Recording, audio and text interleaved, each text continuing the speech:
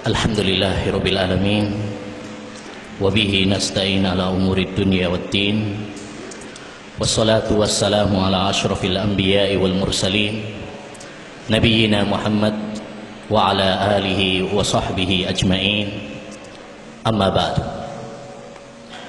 Ayyuhal ikhwah wal akhwat, kaum muslimin wal muslimat yang semoga senantiasa dirahmati dan diberkahi oleh Allah Subhanahu wa taala. Alhamdulillah, kita bersyukur kepada Allah Subhanahu wa taala atas segala limpahan nikmat dan anugerah yang telah diberikan kepada kita semuanya, sehingga di tempat yang terbaik di muka bumi ini dan di waktu yang terbaik Allah Subhanahu wa taala sekarang mengumpulkan kita semuanya. Rasulullah sallallahu alaihi wasallam bersabda, "A'dhamu ayyamid dunya ashrudil hijjah." Sebaik-baik hari di muka dunia adalah 10 awal bulan Dzulhijjah. Lebih khusus lagi, sekarang kita berada di tanggal 9, yaitu pada hari Arafah. Hari di mana Allah Subhanahu wa taala menyempurnakan agamanya. Hari di mana Allah Subhanahu wa taala membentangkan pintu-pintu maghfirah dan rahmatnya. Rasulullah sallallahu alaihi wasallam pernah bersabda, "Ma min yaumin aksaru min an yu'tikallahu fihi abdan minan nar min yaumi Arafah wa innahu la yadnu summa yubahi bihimul malaikah fayaqul ma arada haula." Tidak ada suatu hari di mana Allah Subhanahu wa taala lebih banyak membebaskan hambanya dari api neraka daripada hari Arafah. Jadi ini keutamaan hari-hari Arafah. Oleh karenanya, mari ayyuhal ikhwah wal akhwat, kita perbanyak amal soleh bekal menuju kampung akhirat di hari ini dengan memperbanyak zikir kepada Allah, memperbanyak doa kepada Allah Subhanahu wa taala, bersimpuh dan bermunajat kepada Allah Subhanahu wa taala. Khairud du'ai du'a wa Arafah. Sebaik-baik doa adalah doa Arafah. Dan di antara amalan ibadah yang sangat mulia juga adalah menghadiri majelis-majelisul ilm, menghadiri taman-taman surga Allah Subhanahu wa taala, di mana pahalanya sangat besar sekali. Sebagaimana kata Nabi alaihi salatu wassalam dalam riwayat Ibnu Majah dan Al-Hakim, Rasulullah sallallahu alaihi wasallam bersabda, "Man ghada ilal masjid la yuridu illa liyata'allama khairan aw yu'allimah illa kana lahu ka'ajri hajin tamatin hajjatuh." Barang siapa yang pergi ke salah satu rumah dari rumah-rumah Allah Subhanahu wa taala, tidak ada tujuan, tidak ada niat kecuali untuk menuntut ilmu atau mengajarkannya, kecuali Allah Subhanahu wa taala akan memberikan pahala kepadanya seperti pahala orang yang berangkat haji dengan sempurna. Ayyuhal ikhwah wal akhwat, kaum muslimin wal muslimat yang semoga senantiasa dirahmati oleh Allah Subhanahu wa taala. Di tempat yang berbarokah ini, di hari yang berbarokah ini, dalam keadaan yang penuh berkah yaitu puasa, alhamdulillah kita mendapatkan berkah, mendapatkan keutamaan bagi orang-orang yang istiqomah. Untuk ini kan orang istiqomah ini, yang lainnya liburan, antum nggak liburan, istiqomah. Ini keutamaannya, kita dapat keutamaan kedatangan tamu istimewa tanpa terduga, ya, karena rencana dan takdir dari Allah Subhanahu wa taala. Oleh karenanya, kita memanfaatkan kedatangan beliau untuk memberikan secercah nasihat untuk kita semuanya, menguatkan keimanan kita semuanya agar tetap tegar di atas jalan hidayah. Seorang penyair mengatakan, "Idza habbat riyahu kafahtanimha." Kalau ada angin berhembus, manfaatkan. Alhamdulillah telah hadir bersama kita Al-Ustadz Dr. Syafiq bin Reza Basalama, yang insyaallah ta'ala sudah tidak asing lagi nama beliau bagi kita. Semoga Allah Subhanahu wa ta'ala menjaganya dan menjadikannya sebagai kunci kebaikan dan penutup kejelekan, meluruskan langkahnya dan memberikan kesabaran beliau dalam menghadapi rintangan-rintangan dakwah. Insyaallah taala beliau akan memberikan tausiah, kajian ilmiah kepada kita semuanya sampai nanti jam 5:15 gitu ya. Setelah itu nanti kita break untuk persiapan iftar. Insyaallah demikian mukaddimah dari kami. Kami tidak ingin terlalu memperpanjang. Saya yakin antum semuanya sudah tidak sabar mendengarkan mauidhah dan tausiah yang akan disampaikan oleh Syekhuna Dr. Syafiq bin Reza Basalamah. Kepada beliau waktu dan tempat kami persilahkan. Bismillahirrahmanirrahim.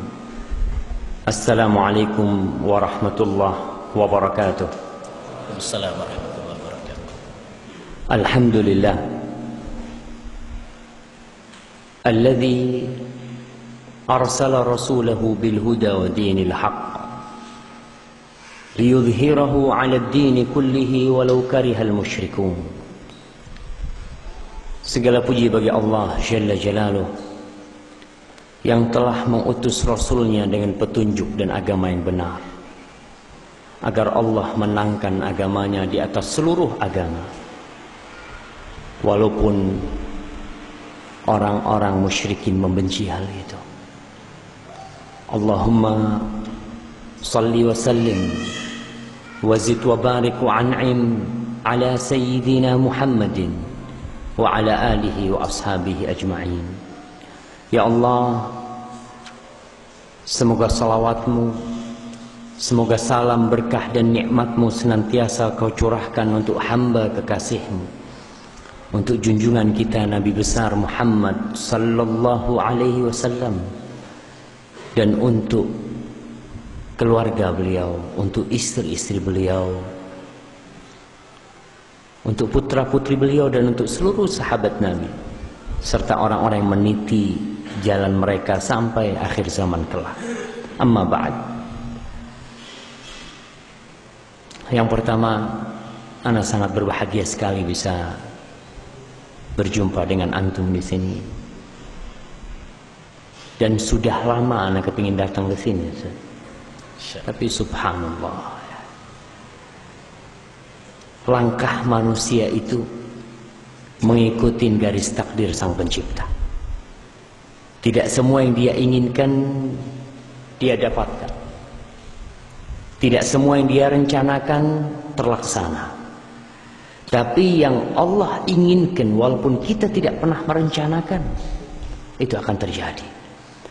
Falahul hamdu wa lahus syukur. Tadi sudah disebutkan ini hari Arafah. Masya Allah. Biasanya sekarang ini jemaah haji yang di Padang Arafah itu sudah mulai kecapean. Tapi belum, Ustaz. Mereka baru mulai wukuf insya Allah. Karena di sana baru jam 12-an kira-kira mereka berada di sana. Biasanya jemaah haji kalau di sore hari itu udah mulai kecapean berdoa. Kenapa? Banyak penyebabnya. Salah satu sebabnya doanya sudah habis. Bayangkan Rasul sallallahu alaihi wasallam ketika beliau selesai khutbah pada tahun ke-10 Hijriah di daerah yang sekarang terkenal dengan Masjid Namirah. Rasul sallallahu alaihi wasallam setelah selesai berkhutbah, salat zuhur dan asar di jamak qasar, lalu beliau menuju ke Jabal Rahmah. Di kaki Jabal Rahmah yang dikenal dengan Jabal Rahmah itu, Rasul sallallahu alaihi wasallam berdoa, bermunajat kepada Allah mulai tergelincirnya matahari itu sampai hampir terbenamnya matahari. Kira-kira 5 jam, bayangkan ya. Atau bisa lebih tergantung musimnya.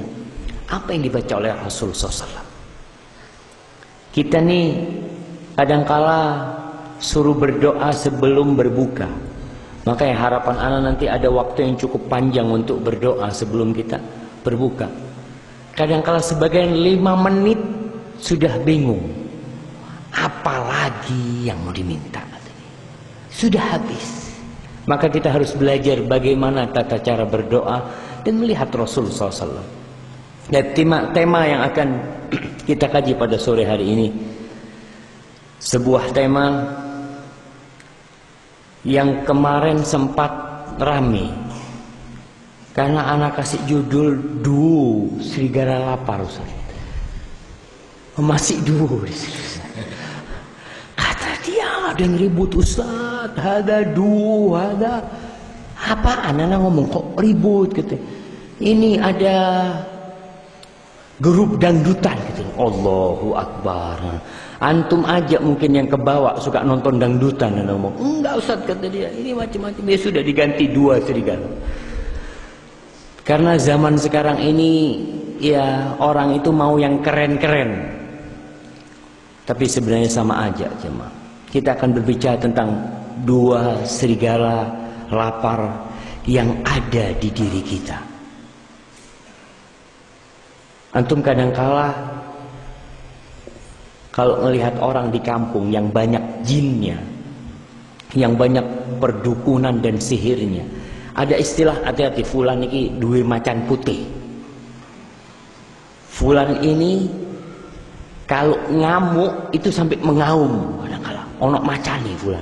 Iya, bisa jadi kerasukan jin yang punya sifat macan. Tapi ternyata ada 2 serigala yang tidak diundang, yang terkadang ada bersama kita, kita tidak sadar. Oleh karena itu Rasulullah sallallahu alaihi wasallam dalam hadis yang diriwayatkan Imam Tirmidzi, dan hadis ini hadis hasan sahih kata beliau, dari Ka'ab bin Malik radhiyallahu taala anhu. Siapa yang kenal sama Ka'ab bin Malik, jemaah? Nah, ada yang kenal sama Ka'ab bin Malik? Ada hadiahnya, Ustaz. Masya Allah. Siap sudah. Siap. Taib, ta'al. Siapa yang tahu sama Ka'ab bin Malik? Kita ini butuh idola dalam kehidupan ini. Ka'ab bin Malik, jamaah. Wen tulabul ilm. Jangan langsung mengeluarkan HP. Cari di mbah Google.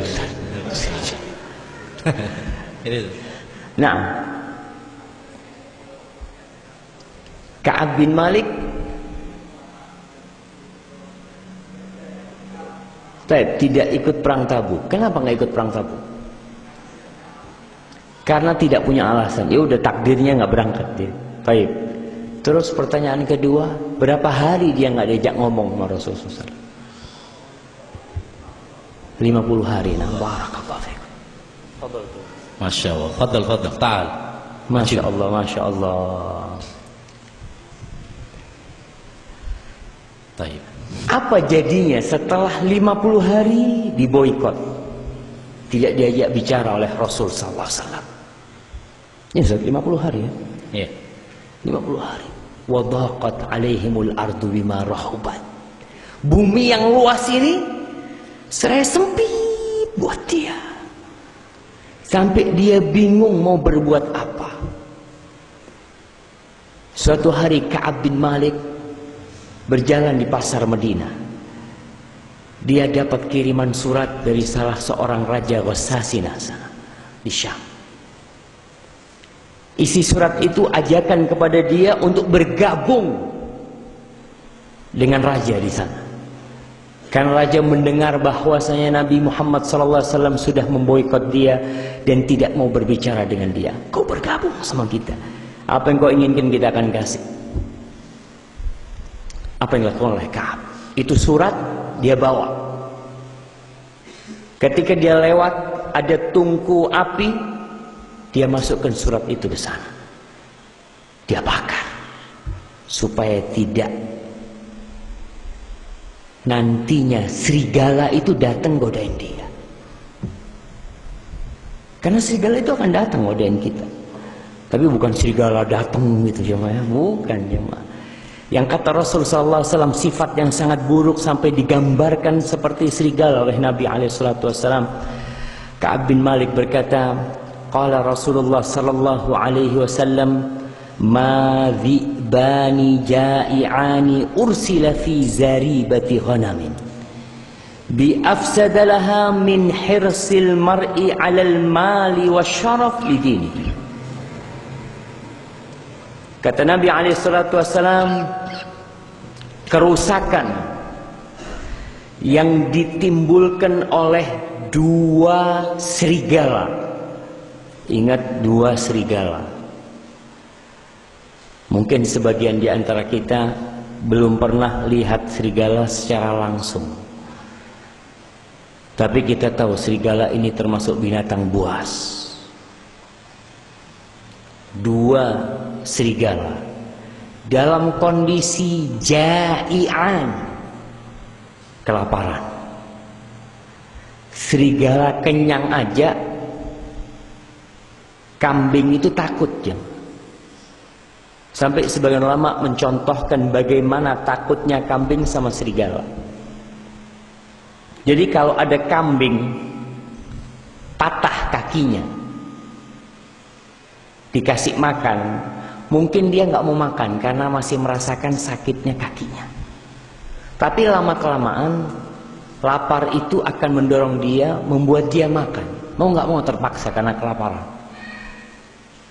Kakinya patah. Berbeda dengan kambing yang di sebelahnya diikat serigala kenyang. Ada kambing sehat, di sebelahnya diikat nih serigala kenyang. Para ulama mengatakan bahwasanya itu kambing tidak akan berkedip melihat serigala, dan dia akan mati kelaparan. Di depannya ada makanan, dia tidak akan makan. Inilah rasa takut itu ternyata membuat seorang lupa dengan nikmat Allah Subhanahu wa ta'ala. Dan bagaimana kondisi ini, serigala kelaparan dikirim ke kandangnya kambing, bukan di hutan. Kalau di hutan kambingnya masih bisa lari, tapi ini di kandang. Kata Rasul SAW, kerusakan yang ditimbulkan karena ambisi seseorang kepada dunia, kepada harta, dan gila hormat, dan kepada kehormatan, kedudukan, jabatan, itu akan lebih parah merusak agama orang daripada kerusakan yang ditimbulkan oleh dua ekor serigala kelaparan tadi. Serigala itu kelaparan, maka dia akan makan sedikit, ada yang lewat, dia tinggal yang ini. Dia tangkap yang satunya, digigit, mungkin sampai mati, ngelihat yang lainnya hidup, dia akan makan. Itu binatang buas yang tidak pernah berpikir untuk mencukupkan dirinya.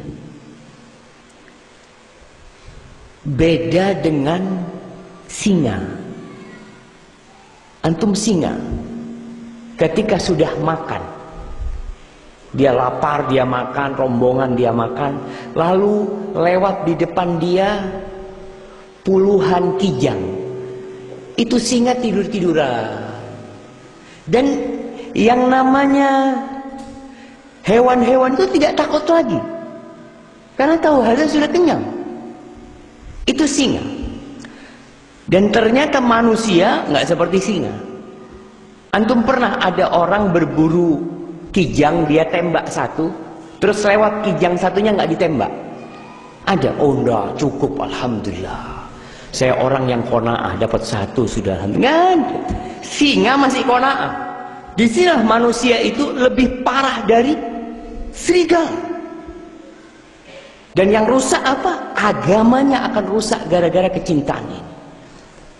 Kecintaan dia kepada harta dan kedudukan atau jabatan. Ma'asyiral muslimin rahimakumullah. Rasulullah sallallahu alaihi wasallam ketika berbicara tentang cinta manusia kepada harta, itulah yang pertama beliau wanti-wanti. Rasul sallallahu alaihi wasallam bersabda, "Innad dunya hulwatun khadirah." Dunia itu manis, rasanya hijau warnanya. Manis dan enak dipandang. Ada sesuatu yang manis tapi antum merasa ngelihat rupanya nggak nyaman. Ini enak dikasih, aduh enggak lah, ana udah ngelihat dari tadi kok, nggak hasrat. Ada barang yang enak dipandang, rasanya nggak nyaman. Berapa banyak orang tertipu ketika dilihat makanan, dia coba, aduh tak sangka no enak kata dia. Rupanya yang menipu. Tapi dunia kata Rasulullah SAW, hulwah, rasanya hijau warnanya. Siapa yang tidak suka melihat sesuatu yang hijau, yang menyejukkan pandangan mata? Wa innallaha mustakhlifukum fiha fayanzura kaifa ta'malun. Allah Subhanahu wa taala menjadikan kalian khalifah di situ. Bertanggung jawab kalian untuk mengelola dunia ini, dan dia akan melihat bagaimana kalian beramal di dunia itu. Lalu beliau mengatakan fattaqud dunya wattaqun nisa. Maka kalian hati-hati dengan dunia. Lalu beliau kedua baru ngomong tentang wanita. Ma'asyiral muslimin rahimakumullah, rizki manusia sudah dijamin, udah cukup. Bahkan sebelum kita bisa bekerja, rizki kita sudah ada. Maka seharusnya seorang mukmin tidak takut kelaparan, tidak takut kehabisan rizki. Karena apa? Kalau rizkinya sudah habis, berarti kematian akan datang kepada dia. Udah selesai, ajalmu akan datang. Karena rizki sama ajal sama akan mendatangi manusia.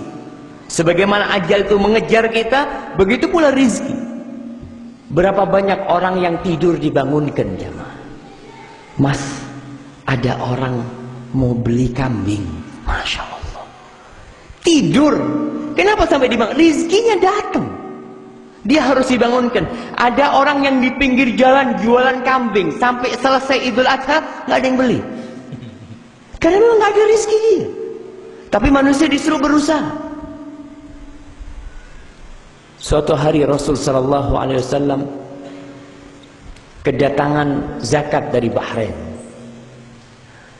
Habis sholat subuh, beliau melihat para sahabat, Masya Allah, pada banyak ramai. Biasa mereka ada sesuatu pokoknya yang membuat Masjid Nabawi itu jadi ramai. Lalu Rasul SAW mengatakan, ada apa kalian ini? Katanya. Mereka mengatakan, kita dengar ada uang yang datang. Pantas para sahabat itu berpikir uangnya. Antum kalau tahu bagaimana kehidupan para sahabat, coba dibuka kitabnya Abi Nu'aim, Hilyatul Awliya. Beliau ceritakan kehidupan sahabat. Sebagian sahabat itu hanya punya sarung tanpa atasan. Cuma punya sarung doang. Kita Masya Allah, ada bertumpuk-tumpuk baju dan capek kita laundry. Karena kebanyakan baju. Sebagian sahabat cuma punya sarung. Ingat antum dengan sahabat yang mau nikah. Ketika ditanya sama Rasulullah SAW, kau punya apa? Nggak punya apa Rasulullah SAW? Coba kau pulang betul. Cari, nggak punya apa. Qala iltamis walau khataman min hadid. Kau cari walaupun cincin dari besi. Cincin dari besi. Kalau kita bicara cincin dari besi, sekarang banyak paku di pinggir jalan. Orang mau cari paku, dapat 1-2 kilo di pinggir jalan. Ini para sahabat disuruh nyari cincin dari besi, balik nggak ada. Lalu para sahabat ini berinisiatif, ya Rasulullah, izari. Gimana kalau maharnya sarungku? Sarung dia, bukan atasannya, karena dia nggak pakai atasan. Kata Rasulullah SAW, kalau sarungmu kau berikan, kau pakai apa?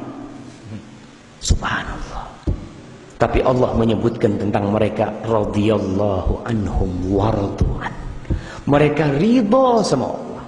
Nggak pernah mereka itu ngeluh sama Allah Subhanahu wa taala. Mengatakan aku ini udah masuk Islam, udah membela Rasul SAW, masa masih kelaparan, masih susah hidupnya. Lah.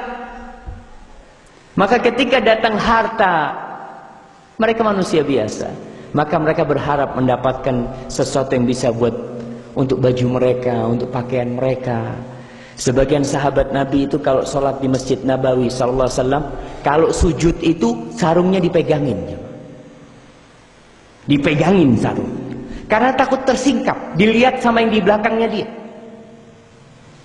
Sampai seperti itu kehidupan mereka.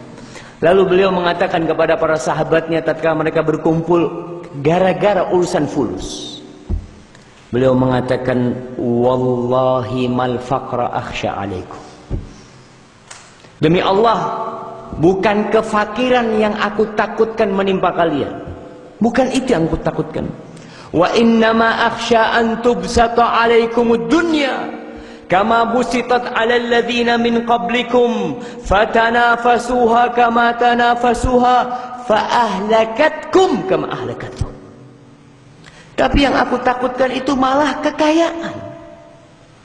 Aku takut dibukakan pintu dunia buat kalian. Lalu kalian berlomba-lomba untuk meraih dunia itu. Bersaing. Antum melihat persaingan pedagang. Sampai kita punya teman di Jakarta, anak punya teman itu jualan herbal. Biasanya bisnisnya ikhwan-ikhwan herbal, Ustaz. Ada yang herbal, Ustaz. Anak tanya sama dia, gimana bang herbal bang? Allah Ustaz, bunuh-bunuhan. Dia ngomong udah bunuh-bunuhan. Jadi karena saingan ini antar pedagang satu pedagang lain, tanya ente dikasih harga berapa? Sekian. Ambil dari anak. Ambil dari anak kasih harga sekian. Subhanallah. Mana dia dari hadis Rasulullah SAW, la yabi' ba'dukum ala bai'i akhi. Nggak boleh kau menjual, membeli atas penjualan atau pembelian saudaramu. Dia sudah ngambil dia. Kenapa kau rusak? Di sinilah dunia yang membuat dia merusak. Dia lupa adab-adab berdagang. Dia mengatakan bisnis is bisnis. La, dalam Islam innamal mu'minuna ikhwah. Tetap saudara. Sampai kapan? Dalam berdagang pun tetap saudara. Rasul sallallahu alaihi wasallam ketika masuk ke pasar, beliau sidak pasar. Pasar tempat yang paling dibenci oleh Allah Subhanahu wa taala. Beliau datang ke pasar sallallahu alaihi wasallam. Lalu ada sahabat yang menjual sesuatu. Beliau masukkan tangannya. Beliau lihat ada basah di dalamnya. Mahadha. Kenapa nih kayak gini? Kata sahabat, asobat husama. Kena hujan Rasulullah SAW. Lalu Nabi SAW mengatakan, kenapa kau nggak taruh di atas supaya orang lihat? Kenapa kau tidak taruh di atas supaya orang lihat? Lalu beliau mengeluarkan pernyataan, man ghasyana au man ghasya falaysa minna. Barang siapa yang menipu, bukan dari golongan kita, bukan dari umat Islam, kata Rasulullah SAW. Kenapa? Karena innamal mu'minuna ikhwah. Kita ini saudara. Nipu orang kafir nggak boleh. Kau dagang nipu orang kafir, tetap menipu. Berbohong, membohongi orang kafir, tetap hal itu. Rasulullah SAW, subhanallah, beliau mengatakan man ghasyana falaysa minna. Inilah dunia. Maka beliau mengatakan alaihi salatu wassalam, fatanafasuha kama tanafasu. Lalu kalian berlomba-lomba mengumpulkan dunia. Sampai lupa sholat, sampai lupa Allahu Akbar. Segala bentuk ibadah. Ada seorang yang Masya Allah, ketika dia bekerja ikut orang. Ini cerita langsung dari Sahibul Qissah. Dia cerita, anak ini kepingin Ustaz bisa dagang sendiri, tidak ikut orang. Soalnya kalau kerja ikut orang itu nggak bisa ikut pengajian ke sana, ya karena jam kerja ini itu. Tapi kalau kerja sendiri kan bebas Ustaz. Kapan anak mau tutup, anak tutup. Masya Allah, Allah kabulkan doa. Dia punya toko, Masya Allah, usahanya lancar, nggak datang kajian. Kenapa? Alhamdulillah Ustaz, sekarang sudah ada radio Ustaz. Anak dengarkan lewat radio Ustaz. Masya Allah. Dia sudah dengarkan kajian lewat radio. Iya Ustaz, alhamdulillah. Kan kita harus memanfaatkan radio. Dulu dia maksa kepingin kerja sendiri supaya bisa datang kajian, supaya dapat barokahnya majelis ilmu, supaya masuk masjid, bisa tahiyatul masjid, macam-macam dia omongkan. Ketika Allah kasih dunia, maka hati-hati dengan dunia. Rasul sallallahu alaihi wasallam mengatakan, fa ahlakatkum kama ahlakatuhum.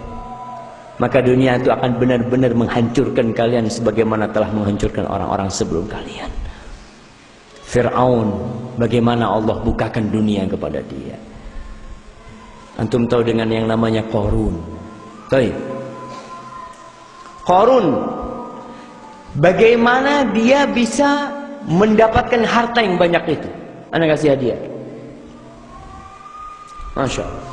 Bagaimana cara Qarun yang pernah membaca sejarah Qarun? Apa yang dia lakukan sampai dia memiliki harta yang kuncinya dipikul? Bukan hartanya dipikul ya Pak. Kalau harta dipikul banyak, ini kuncinya dipikul. Nah, jamaah, masa satu masjid nggak ada yang jawab? Apa usaha? Nah, fadhal. Jual emas dia, masya Allah. Anak jual domba di sini. Anak nggak tahu, anak juga nggak tahu. Tapi yang jelas Allah yang ngasih dia. Usaha itu gampang jemaah. Tapi yang jelas Allah ngasih dia. Karena Qarun ketika ditanya tentang harta dia, apa kata dia? Innama utituhu ala ilmin indi. Ini seharusnya tidak dikatakan seorang yang beriman kepada Allah Subhanahu wa taala. Dia mengatakan aku dapat harta kayak gini karena ilmu yang aku miliki. Karena usahaku, karena semangatku, karena etos kerjaku, karena macam-macam. La wallahi, Allah yang ngasih kau rezeki. Maka di sini seorang hamba harus ingat jangan sampai dia berkata seperti Qarun. Tapi itu karena Allah yang ngasih. Kalau sarananya banyak, ada anak masya Allah nggak lulus SD jadi konglomerat, nggak lulus SD. Ada yang profesor ekonomi, masya Allah, tetap pakai sepeda motor, masya Allah, profesor. Kenapa? Karena rezeki itu tidak ikut ilmu yang dimiliki seseorang. Kalau rezeki itu ikut ilmu yang dimiliki seseorang, kesian keledai. Keledai itu seharusnya hewan yang kurus-kurus. Karena keledai terkenal binatang yang paling bodoh kata dia. Keledai tapi gemuk-gemuk sehat, masya Allah. Karena tidak ada hubungan dengan kepandaian dan kepintaran seseorang masalah rezeki. Berapa banyak orang yang bekerja dengan ilmu dia kepada orang yang lulusan SD. Tapi yang kerja sama dia doktor, kerja sama dia profesor, kerja sama dia. Padahal ownernya ini adalah lulusan SD. Maka seorang mukmin harus meyakini bahwa itu nikmat dari Allah Subhanahu wa taala. Ma'asyiral muslimin rahimakumullah. Umar bin Khattab. Subhanallah, antum kalau membaca sejarah Umar bin Khattab, pernah suatu hari dia lagi ngobrol sama sahabatnya, bajunya itu ada 5 tambalan, jamaah. Atau 4 tambalan ditembel sama Umar bin Khattab radhiyallahu taala anhu. Pada suatu hari ketika datang emas dari Persia, dari Iran, dari Irak sana, dibawa ke Madinah, lalu ditumpahkan di depannya Umar bin Khattab radhiyallahu taala anhu. Maka Umar menyuruh supaya harta itu ditutup. Kemudian memanggil orang-orang untuk datang. Ketika mereka datang dibukakan sama Umar. Di situ ada perhiasan-perhiasan, emas, batu mulia, segala macam yang dipakai oleh raja-raja Persia ada di Masjid Nabawi di depan umat Islam pada waktu itu. Lalu ketika itu dibuka, Umar memuji Allah Subhanahu wa taala dan menangis. Mereka mengatakan, kenapa kau nangis wahai mukminin? Umar mengatakan, ma futiha min hadza ala qaumin illa safaku dima'ahum wastahallu hurmatahum. Yang mengatakan ini, kata Umar, kalau seperti ini sudah dibukakan, maka yang akan terjadi mereka akan saling membunuh, mereka akan lupa dengan kehormatan saudaranya. Dan perkataan Umar ini tidak jauh dengan perkataan Rasul sallallahu alaihi wasallam. Nabi mengatakan, wallahi mal faqra akhsha alaikum, demi Allah aku tidak takut kalian ditimpa kefakiran. Karena Allah telah memberikan informasi kepada Rasul sallallahu alaihi wasallam, memberikan wahyu kepada Nabi bahwa akan dibukakan dunia buat umat Islam. Dan betul dibukakan. Dan ketika dibukakan yang terjadi seperti apa yang dikatakan oleh Rasul sallallahu alaihi wasallam. Orang-orang pada lupa dengan temannya, dengan saudaranya. Berapa banyak silaturahim terputuskan gara-gara warisan. Berapa banyak teman yang saling duduk bersama mengaji terputuskan gara-gara hutang. Sampai ada istilah, kalau engkau sudah bosan sama temanmu, utangi dia. Ini ilmu ini jamaah. Jadi kalau antum bosan sama sahib antum, utangi dia. Insya Allah dia jarang ketemu antum. Setelah dia punya utang, jarang ketemu antum, karena nggak enak. Aduh, kata dia menghindar dari antum. Jadi antum nggak perlu menghindar dari dia. Dia yang akan menghindar antum. Gara-gara apa? Gara-gara uang. Rasul Shallallahu Alaihi Wasallam pernah mengatakan kepada para sahabatnya. Beliau mengatakan, "Kaifa antum idza futihat alaikum khazainu Faris war Rum, ayya qaumin antum?" Bagaimana kondisi antum nanti kalau dibukakan bagi kalian kekayaan-kekayaan perbendaharaan Romawi dan Persia? Kira-kira antum jadi orang model kayak apa? Apa kata Abdurrahman bin Auf? Naqulu kama amaranallah.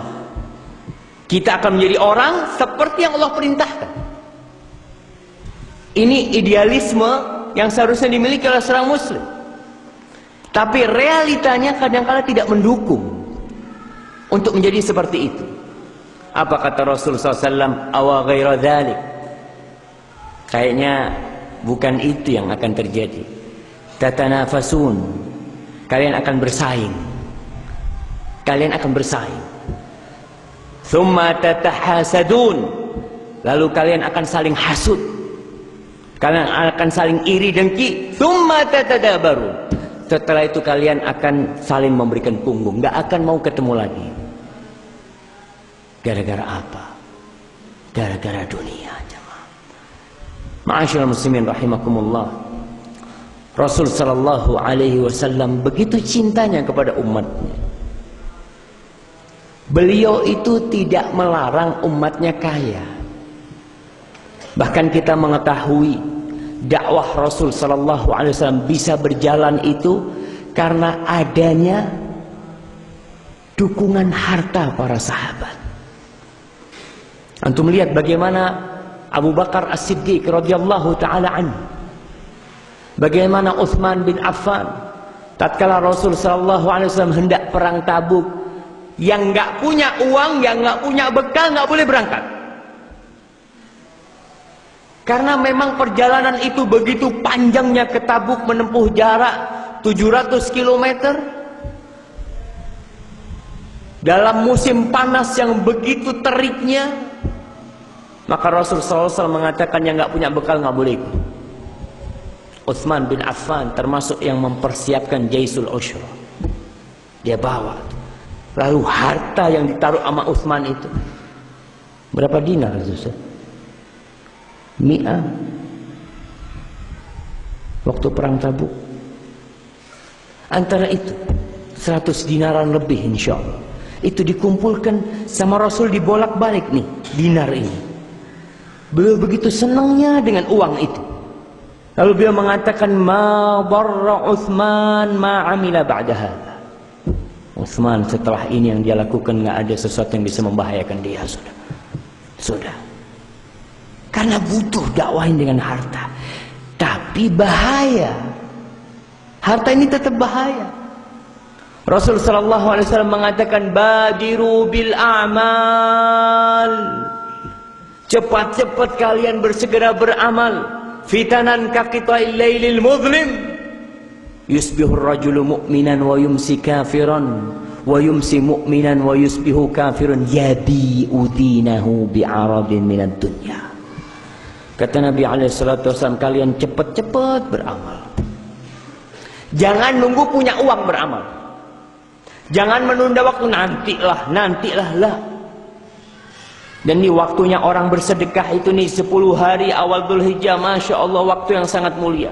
Besok tuh waktunya berkorban. Yang punya uang korbankan. Bismillah. Jangan nunggu nantilah ana mau berkorban tahun depan aja. nantilah. Bahaya. Apa bahayanya? Ketika orang punya ilmu tidak diamalkan, itu akan balik sama dia. Ketika datang fitnah yang seperti potongan malam yang gelap gulita, dia bisa jadi tenggelam dalam fitnah itu. Karena diantara cara untuk istiqomah adalah mengamalkan ilmu yang dipelajari.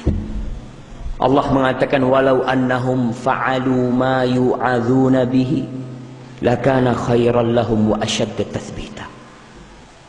Andai kata mereka itu mengamalkan nasihat-nasihat yang disampaikan, banyak di antara kita yang sering datang kajian, yang sering datang ke majelis ilmu, tapi itu hanya sekedar wawasan buat dia. Ilmunya bertambah, hafalan hadisnya Masya Allah, ayat Qur'annya jangan ditanya, tapi tidak diamalkan dalam kehidupan ini. Nanti kena fitnah, tenggelam kita dalam fitnah itu. Tapi kalau kita mengamalkan, insya Allah Allah jaga, kita akan istiqomah.